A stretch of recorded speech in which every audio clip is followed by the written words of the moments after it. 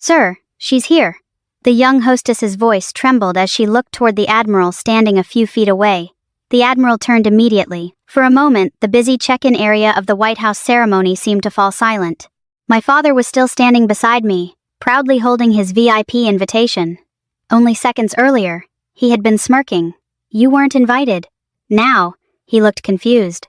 The Admiral walked directly toward me. Not toward my father. Toward me. Several military officers standing nearby suddenly straightened their posture. The Admiral extended his hand. Commander Emily Carter, he said warmly. We've been waiting for you. My father blinked. I could almost hear his thoughts racing. Waiting for me? The daughter he had spent most of his life overlooking. The daughter he had always considered second best. The daughter he never expected much from. I shook the Admiral's hand. Thank you, sir. The Admiral smiled. It's an honor to have you here. And just like that, the memory I'd spent decades trying to bury came rushing back. Because moments like this don't begin at the White House. They begin years earlier. Usually in places nobody notices. In my case, it began in a small town in Virginia. A town with one stoplight, one grocery store, and one father who never wanted a daughter. At least that was how it often felt. My name is Emily Carter. I'm 38 years old. And for most of my life, I was invisible inside my own family. My father wasn't a cruel man, at least not in the way people usually imagine. He never hit me. He never abandoned us. He worked hard, paid the bills, showed up every day. From the outside, he looked like a good father. The problem was what happened inside the house, especially after my younger brother, Michael, was born. Dad adored Michael. Everything changed when that little boy arrived. The way Dad looked at him, the way he spoke about him, the way his entire face lit up whenever Michael entered a room. Even as a little girl, I noticed the difference. Children always notice. Adults think they're hiding it. They aren't. I remember bringing home a perfect spelling test in 3rd grade. I was so excited. I ran into the kitchen holding the paper. Dad, look. He glanced at it for maybe 2 seconds. Good job. Then he looked back at Michael. How was baseball practice, buddy? That was it. No celebration. No pride. No conversation, just good job. I stood there holding the paper, waiting, but nothing else came. Years later, I would realize that moment wasn't unusual. It was normal. The wall in our living room told the story better than words ever could. Michael's baseball trophies covered the shelves. His photographs filled the frames. His certificates hung proudly where every visitor could see them. There wasn't a single picture of my accomplishments. Not one. When relatives visited, Dad would proudly walk them through Michael's achievements. Future star athlete, he'd say. Meanwhile, I could be standing 3 feet away, and nobody asked about me. At first, I thought maybe I wasn't trying hard enough. Maybe if I earned better grades. Maybe if I worked harder. Maybe if I achieved something extraordinary. Maybe then Dad would finally see me. Children are funny that way. They almost always blame themselves. The only person who seemed to understand was my mother, Sarah Carter. My mother had the gentlest voice I've ever heard. She wasn't loud, she wasn't dramatic, but somehow she always knew exactly what someone needed, especially me.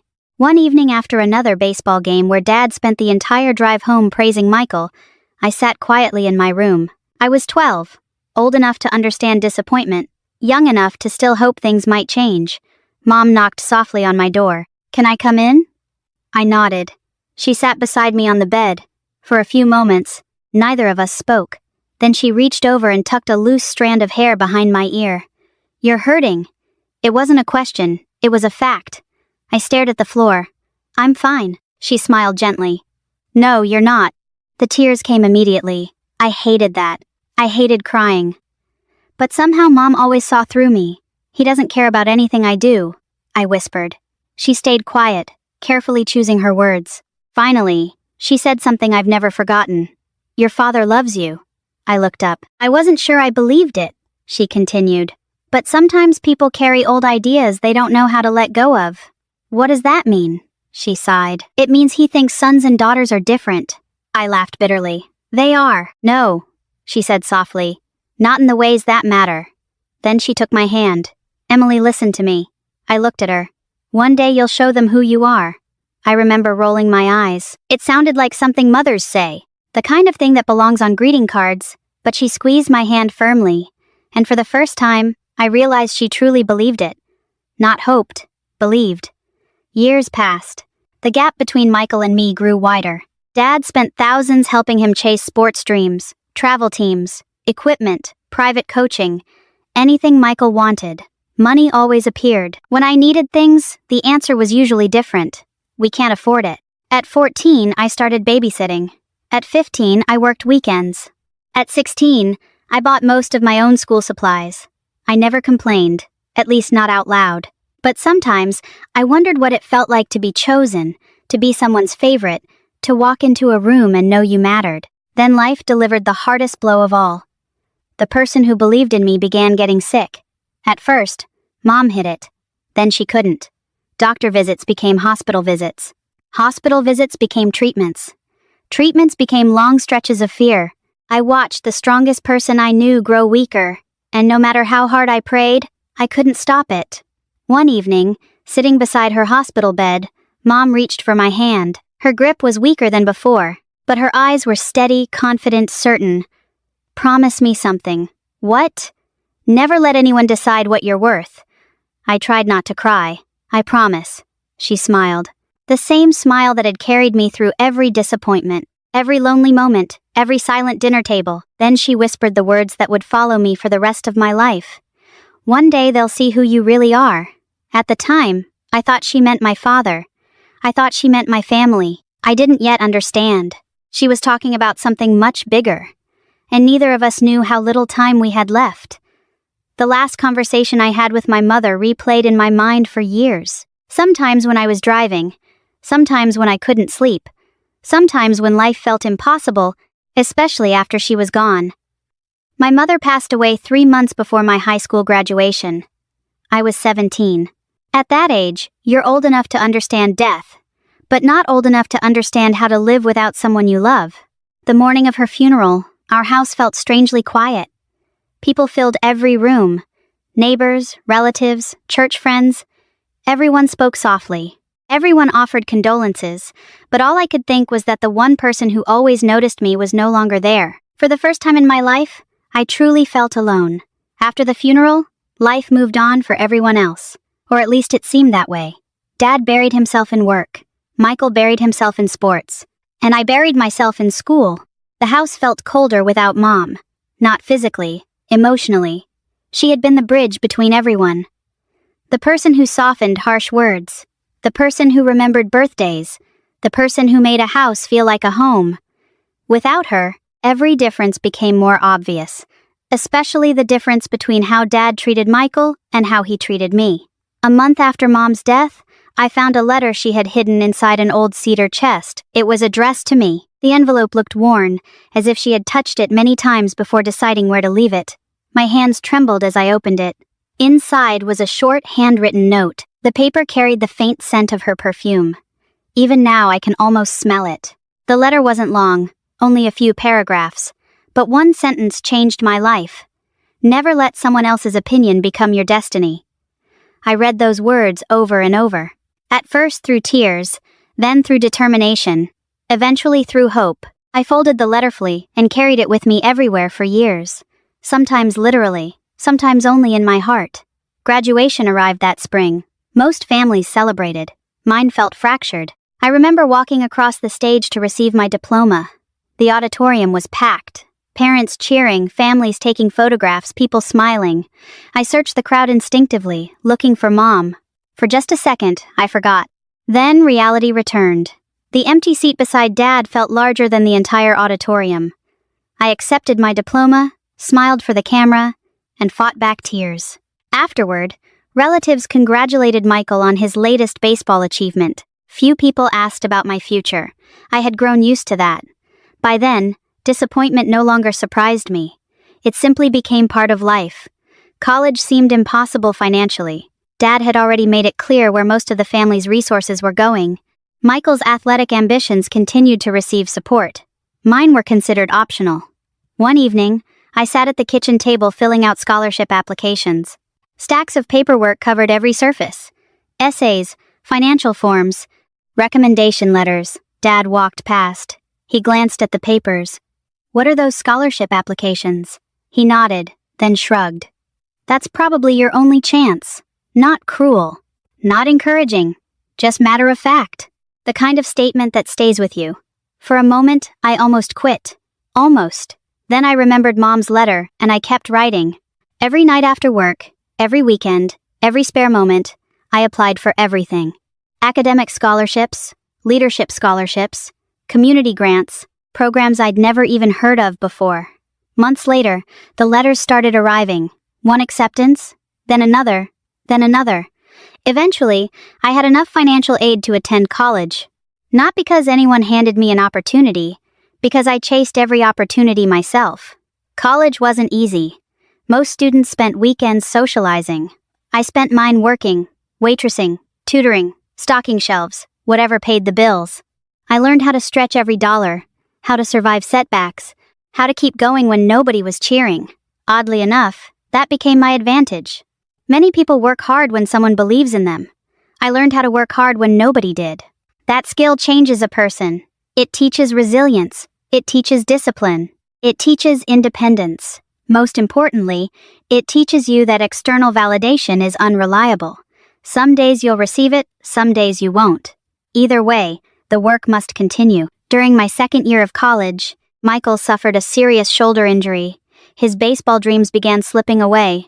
For the first time, I saw something unexpected in my father. Fear. Not fear for me. Fear for Michael. The future he had imagined for his son was suddenly uncertain. Dad became restless, frustrated, angry. He had spent years investing emotionally in a single vision. Now that vision was collapsing. Meanwhile, I was quietly building a future nobody had planned. Nobody except Mom. One afternoon, while organizing old family photographs, I found a picture of her sitting on our front porch. She was smiling, holding a cup of coffee, looking directly into the camera. For reasons I still can't fully explain, I sat down and stared at that photograph for nearly an hour. I imagined what she would say if she could see me working, studying, pushing forward, still trying, still refusing to quit. I think she'd be proud. Not because of any achievement, but because I kept going. That thought carried me through some difficult years. By the time I graduated college, I had developed a quiet confidence. Not arrogance, not revenge. Something stronger, the understanding that my worth didn't depend on anyone else's approval. Not my father's, not society's, not anyone's. And that realization changed everything because shortly after graduation, an opportunity appeared that would alter the entire course of my life. An opportunity that would eventually carry me all the way to Washington. An opportunity my father never saw coming. An opportunity that started with 4 simple words: United States Navy recruiting. The first time I walked into a Navy recruiting office, I wasn't looking for adventure. I was looking for a future. The small office sat in a shopping plaza between a tax service and a sandwich shop. It wasn't glamorous. There were no dramatic movie moments. Just a few desks, some posters, and a recruiter who asked me a simple question. What are you hoping to accomplish? Nobody had ever asked me that before. Not seriously. Not as if my answer mattered. I thought about it for a moment. Then I said, I want to earn something nobody can take away from me. The recruiter nodded slowly. That's a good reason. A few months later, I raised my right hand and took the oath. My father didn't attend. He wasn't against it. He simply wasn't interested. Michael came because he happened to be free that day. Dad called later that evening. Be careful. That was the entire conversation. Meanwhile, I sat alone in my apartment staring at the small Navy pin they'd given me. Part of me wished my mother could see it. She would have understood what it meant. Not the uniform, the opportunity, the chance to become someone on my own terms. Training was harder than anything I'd experienced. Not just physically, mentally, emotionally. The Navy doesn't care where you came from. It doesn't care about excuses. It doesn't care about your childhood. It demands performance every day. And I loved that. For the first time in my life, expectations were clear. Work hard, learn, improve, earn respect. Nobody asked whether I was someone's daughter. Nobody compared me to my brother. Nobody cared. Results spoke for themselves. That felt liberating. Of course, not everyone welcomed me. Some people looked at a young woman and assumed she wouldn't last. Others assumed she couldn't lead. I learned quickly that arguing rarely changed minds. Performance did. So, I stopped trying to convince people. Instead, I focused on becoming excellent. When others relaxed, I studied. When others complained, I prepared. When others doubted me, I worked. Slowly, things began to change. The people who underestimated me started asking for help. The supervisors who barely noticed me started paying attention, and the opportunities started coming. My first promotion felt incredible. Not because of the rank, because I had earned it. Every late night, every sacrifice, every difficult moment, it all mattered. I called Dad to share the news. There was a long pause after I told him. "That's nice," he said, the exact same words he'd used when I brought home that spelling test years earlier. For a second, I almost laughed. Some things never changed. We talked for another minute before hanging up. Then I sat quietly in my apartment. Not angry, just aware. Aware that I was still hoping for something he didn't know how to give. Approval, pride, recognition. The older I got, the more I understood that parents are human beings. They carry their own limitations, their own blind spots, their own unfinished stories. Understanding that didn't erase the hurt, but it helped me stop expecting miracles. Meanwhile, Michael's life was becoming increasingly complicated. After his baseball career ended, he bounced between opportunities. One business idea after another, one plan after another, each one promising success, most of them ending in disappointment. Dad continued helping him financially, emotionally, practically. I sometimes wondered what my life would have looked like if I'd received even half that support. Then I would stop myself. Comparison is a dangerous habit. It steals gratitude. And by then I had plenty to be grateful for. My career continued advancing. I served under leaders who taught me invaluable lessons. Some were demanding, some were inspiring, a few were both. The best leaders shared one quality. They noticed people, not titles, not backgrounds, people. I tried to learn from them. Years passed. Assignments came and went. I moved across the country several times, made lifelong friends, lost a few along the way, experienced triumphs and setbacks like everyone else. But each challenge strengthened something inside me. Confidence. Not loud confidence.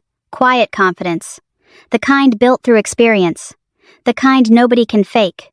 One deployment changed everything. Without discussing details, our team became involved in a humanitarian response effort after a devastating natural disaster. Thousands of families needed help. Entire communities had been destroyed. For weeks, we worked around the clock, not because anyone ordered us to, because people needed us. I watched service members carry elderly citizens to safety, deliver supplies, comfort frightened children, solve impossible problems. It reminded me why I loved serving. At its best, leadership isn't about authority, it's about responsibility. Years later, that mission would unexpectedly become part of a nomination package submitted on my behalf. At the time, I had no idea. I was simply doing my job. The years continued passing. Promotion followed promotion. Assignment followed assignment. Somewhere along the way, I stopped trying to prove my father wrong. That surprised me. For years, I thought success would feel like revenge. It didn't. Success felt like freedom. The freedom to stop carrying old wounds. The freedom to become my own person. One evening after a particularly long day, I returned home and found a large envelope waiting in my mailbox. The return address said Washington, D.C. I assumed it was routine military correspondence, probably paperwork, maybe an administrative issue. I almost tossed it onto the kitchen counter unopened. Instead, I made a cup of coffee and sat down. Then I opened the envelope. Inside was an official invitation. At first, I thought there must be some mistake. I read it once, then twice, then a third time. My heart started racing. The letter informed me that I had been selected for a prestigious national recognition honoring exceptional military leadership and public service. The ceremony would take place in Washington at the White House. For several minutes, I simply stared at the page. Then my eyes drifted toward the framed photograph of my mother sitting on that porch years earlier. I smiled, and for the first time in a very long time I whispered words I wish she could hear. "Mom," they finally noticed. For a long time I simply sat there staring at the invitation. The coffee on my kitchen table had gone cold. Outside the sun was beginning to set, but I barely noticed. My eyes kept returning to the same words. The White House. The invitation felt unreal. Not because I doubted my career. By then, I had accomplished more than the 17-year old version of me could have imagined. But the White House belonged in history books, news broadcasts, presidential speeches. It didn't feel like a place someone like me was supposed to end up. Not a girl from a tiny Virginia town, not a daughter who had spent half her life trying to be noticed. I eventually laughed at myself. Then I read the letter again, this time more carefully. The recognition wasn't for one assignment or one achievement. It reflected years of leadership service and community impact.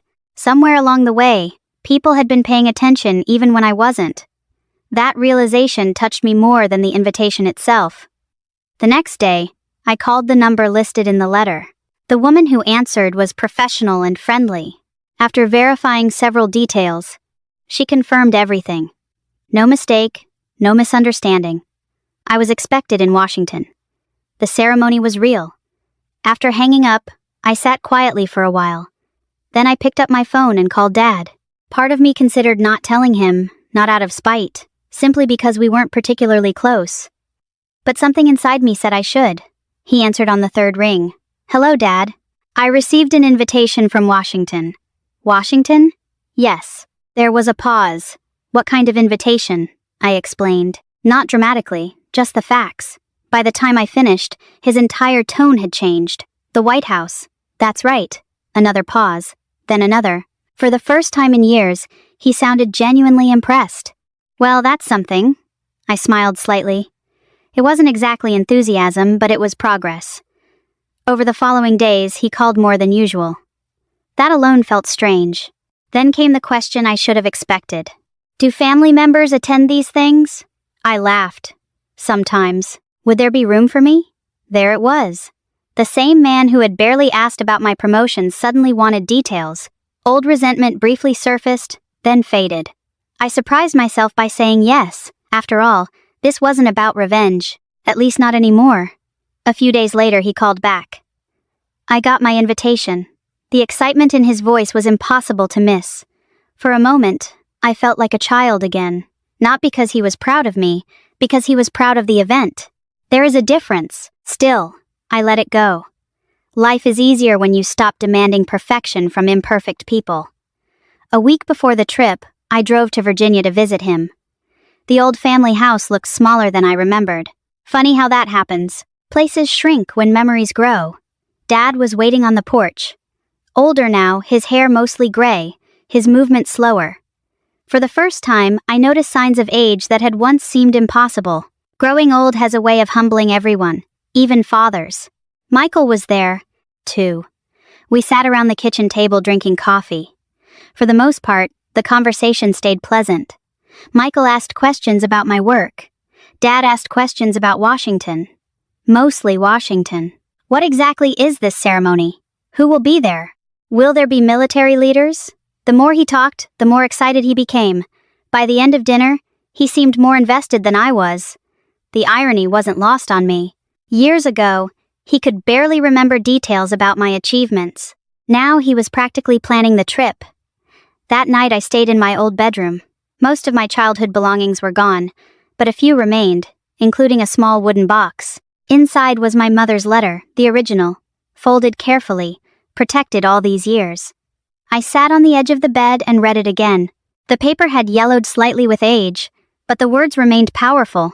Never let someone else's opinion become your destiny. I smiled, then looked around the room. This room had witnessed so many disappointments, so many tears, so many moments of self-doubt. Yet somehow, it had also witnessed determination, growth, persistence. The young girl who once cried herself to sleep in that room would never have believed where life was headed. The following week arrived quickly. Soon, we were boarding a flight to Washington. Dad seemed unusually cheerful, like a man heading toward an important personal achievement. At the airport, he proudly told strangers about the White House event. A few people congratulated him. He accepted their congratulations without correcting them. I noticed but said nothing. Old habits die hard. When we arrived in Washington, the city looked beautiful. Historic buildings, tree-lined streets, monuments rising against the skyline. Even after years of travel, Washington still felt special. That evening, we checked into our hotel. The lobby buzzed with guests attending various government and military functions. Dad spent half the evening talking with other attendees. Whenever someone asked why he was there, he proudly mentioned the White House. Sometimes he mentioned me. Sometimes he didn't. I found myself oddly amused. Not angry, just amused. The next morning, I woke before sunrise. Years in the Navy had made early morning second nature. I stood by the hotel window, watching the city slowly come alive. Cars moving through the streets, workers heading to jobs, tourists beginning their day, and somewhere beyond the building stood the White House waiting. A strange calm settled over me. Not excitement, not anxiety, gratitude. Whatever happened next, I had already won. Not because of an award, because I had become the person my mother always believed I could be. A few hours later, we dressed and left for the ceremony. Dad carefully adjusted his tie, checked his invitation twice, then slipped it into his jacket pocket. As our car approached the White House grounds, he looked almost giddy. I couldn't help smiling. Neither of us knew it yet. But before the day was over, everything he thought he understood about his daughter was about to change forever. The White House grounds were even more impressive than I remembered. Security checkpoints, uniformed personnel, historic buildings, everything operated with quiet precision. As our car pulled up, my father adjusted his jacket for the third time. He looked excited, proud, important, and in a way, I understood. For a man from a small Virginia town, being invited to a White House ceremony felt like a once-in-a-lifetime experience. We joined the line of guests, moving toward the check-in area. Military officers, government officials, family members, decorated veterans. The atmosphere carried a mixture of dignity and anticipation. Dad seemed to enjoy every second of it. As we approached the registration desk, he pulled out his VIP invitation. The gold lettering gleamed under the lights. He held it up almost like a trophy. Then he glanced at me. A familiar smirk appeared. The same one I had seen since childhood. You weren't invited. The words weren't shouted. They didn't need to be. The sting came from decades of history behind them. For a brief moment, 17-year-old Emily reappeared. The girl standing in the kitchen with a perfect spelling test. The girl waiting for approval that never came. The girl who always seemed to come second, but only for a moment because I wasn't that girl anymore. I didn't argue. I didn't defend myself. I simply handed my invitation to the hostess. She smiled politely and scanned the QR code. The scanner beeped. Then her smile vanished. She looked at the screen, looked at me, then looked at the screen again. Her expression changed completely. She froze, then turned toward a senior Navy admiral standing nearby. "Sir." The admiral looked up. "She's here." For a second, nobody moved. Then everything happened at once. The admiral immediately started walking toward me. Several officials nearby followed. The hostess stepped aside. Guests began turning their heads. My father stared in confusion. I could see him trying to understand what was happening. The admiral stopped directly in front of me. A broad smile spread across his face. "Commander Carter." He extended his hand. "It's an honor to finally meet you." I shook it. "Thank you, sir." He gestured toward the entrance. "We've been waiting for you." The words seemed to hang in the air. "We've been waiting for you. Not your father. Not some dignitary. Not a politician. Me?" Out of the corner of my eye, I saw my father standing completely still. For perhaps the first time in his life, he had no idea what to say.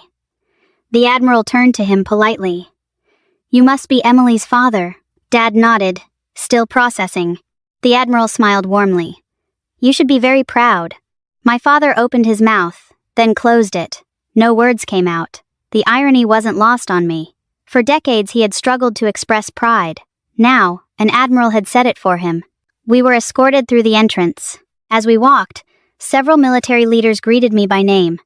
Not because I was famous, not because I was powerful, because they knew my work. They knew the missions, the leadership programs, the humanitarian operations, the years of service. Every conversation left my father looking more stunned. At one point, he leaned closer. "How do these people know you?" I smiled. "We've worked together." He nodded slowly, as though trying to fit a lifetime of missing information into a few short minutes. Eventually, we entered the main hall. The room was beautiful. Flags, military banners, rows of carefully arranged seating. Everything carried the weight of history. An usher approached. "Commander Carter, right this way." She guided me toward the front section. Very front. Not guest seating. Not family seating. The honor section. Dad stopped walking. What is this? I turned toward him. This is where they asked me to sit. His eyes widened. For the first time all day, the reality began settling in. I wasn't attending the ceremony. I was one of the reasons it existed. A few moments later, the program began. Senior officials took the stage. Speeches followed. Recognition followed. Awards followed. Then my name was announced. The room erupted into applause. For a second, I simply sat there. Not because I was surprised, because I was overwhelmed. The applause wasn't for one achievement. It wasn't for one day. It represented years. Years of effort, years of sacrifice, years of becoming the person my mother believed I could be. As I walked toward the stage, my eyes drifted toward the audience, toward my father. He wasn't applauding politely. He wasn't pretending. He looked emotional, genuinely emotional. I had never seen that expression before. Not directed at me. The citation was read aloud. Leadership, service, mentorship, humanitarian impact, community involvement. Each accomplishment sounded strangely distant, as if they belonged to someone else. But they didn't. They belonged to the girl who bought her own school supplies, the girl who studied while others doubted her, the girl who carried her mother's letter through some of the hardest years of her life. When the presentation concluded, another round of applause filled the room. I returned to my seat. The Admiral leaned over. Your mother would be proud.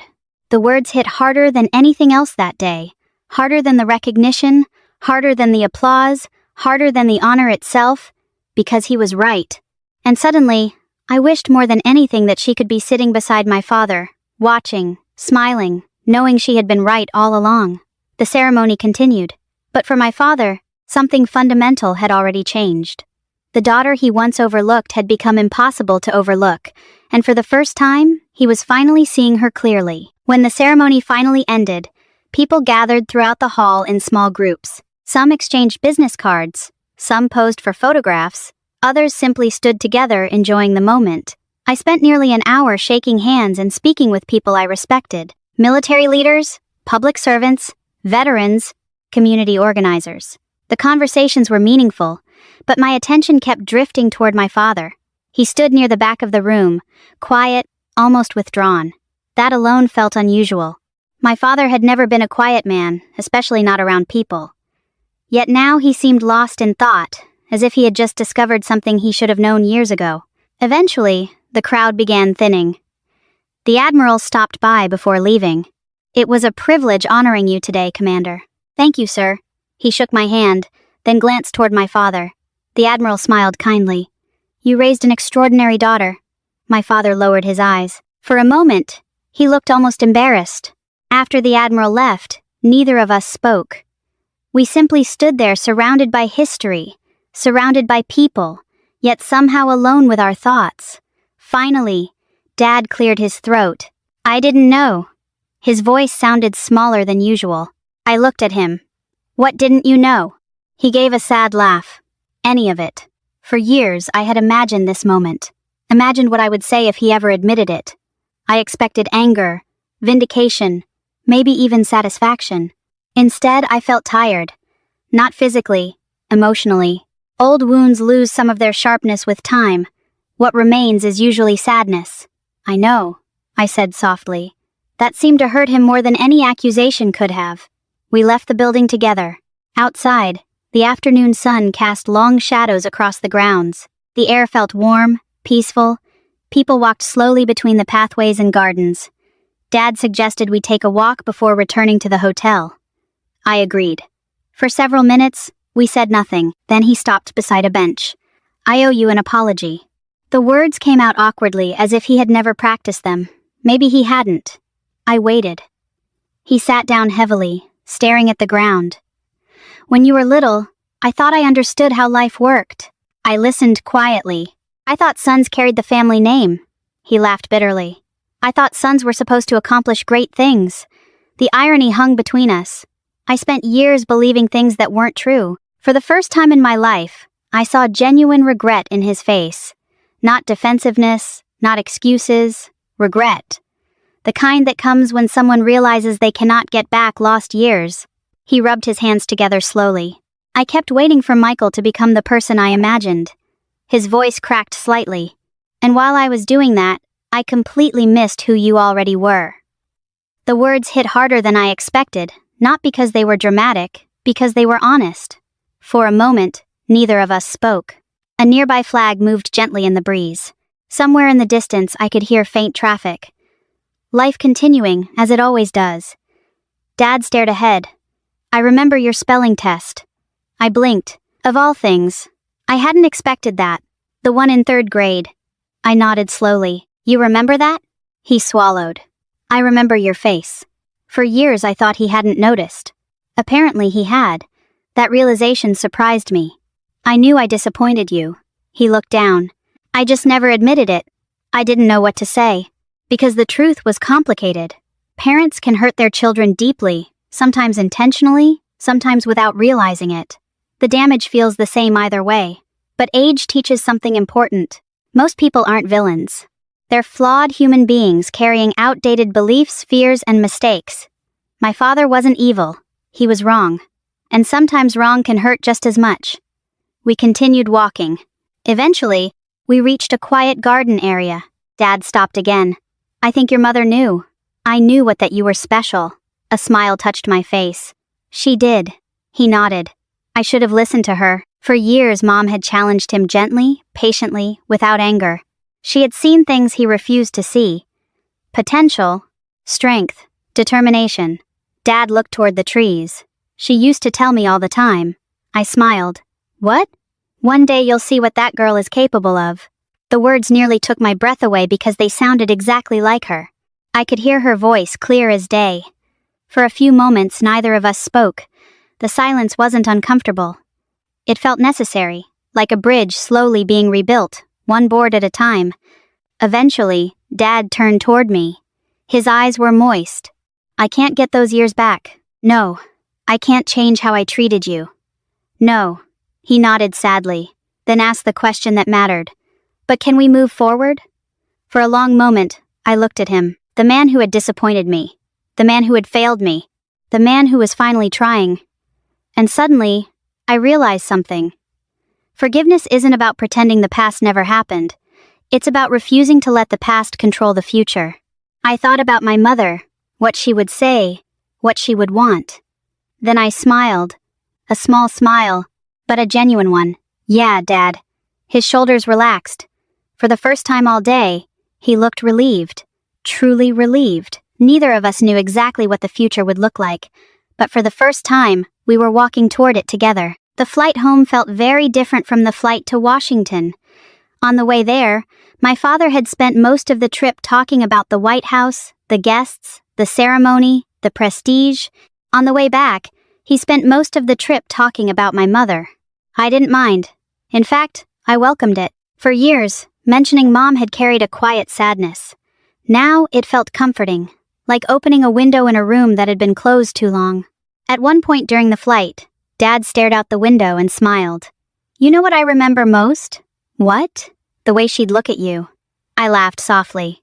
What does that mean? He shook his head. She looked at you like she already knew. Knew what? Everything. For a moment, neither of us spoke. Then he added quietly, she saw things the rest of us missed.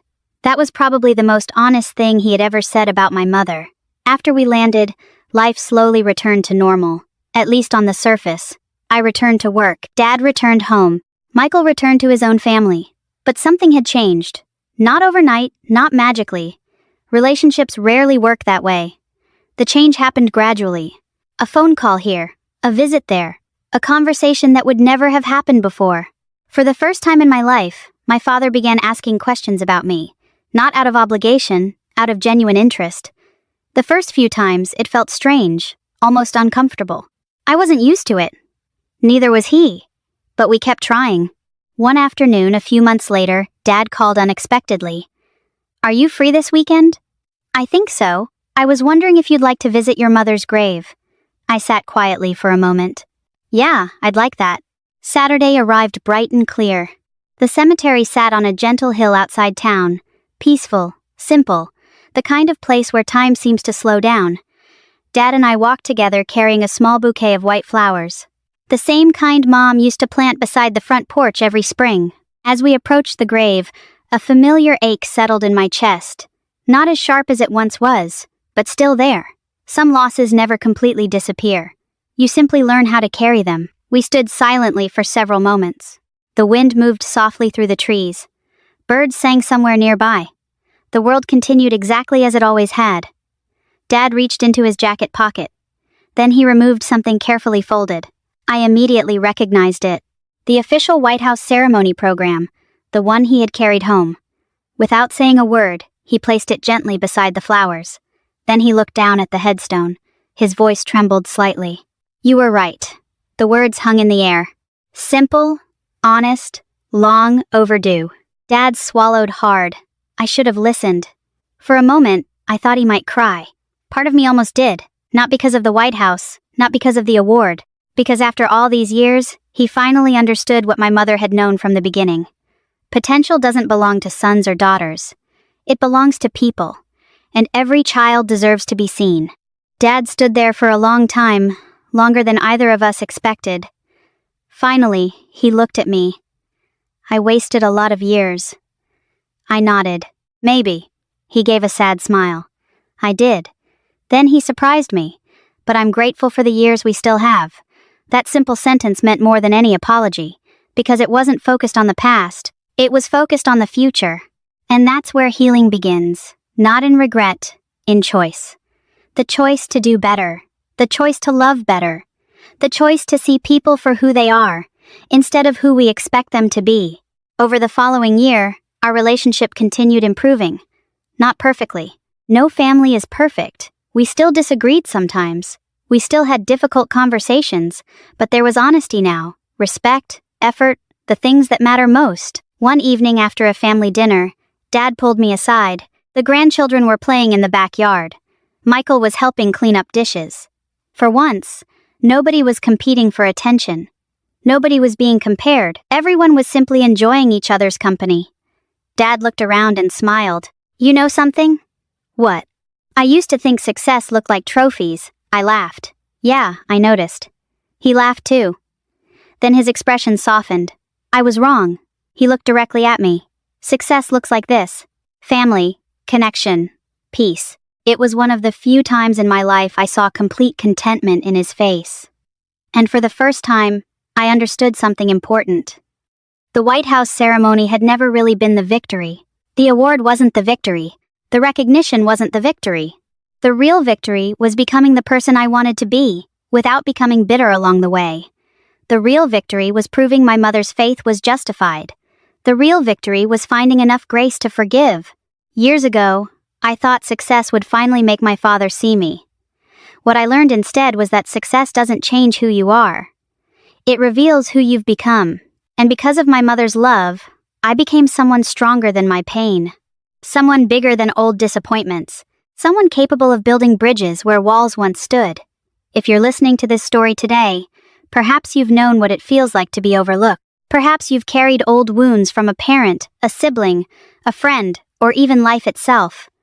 If so, I hope you remember this. Never let someone else's opinion become your destiny. The people who underestimate you do not get to define you. And sometimes the greatest form of revenge isn't proving someone wrong. It's building a beautiful life anyway.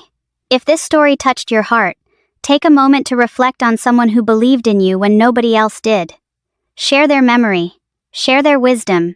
And if you'd like to hear more stories about resilience, forgiveness, and second chances, we'd love to have you join us again.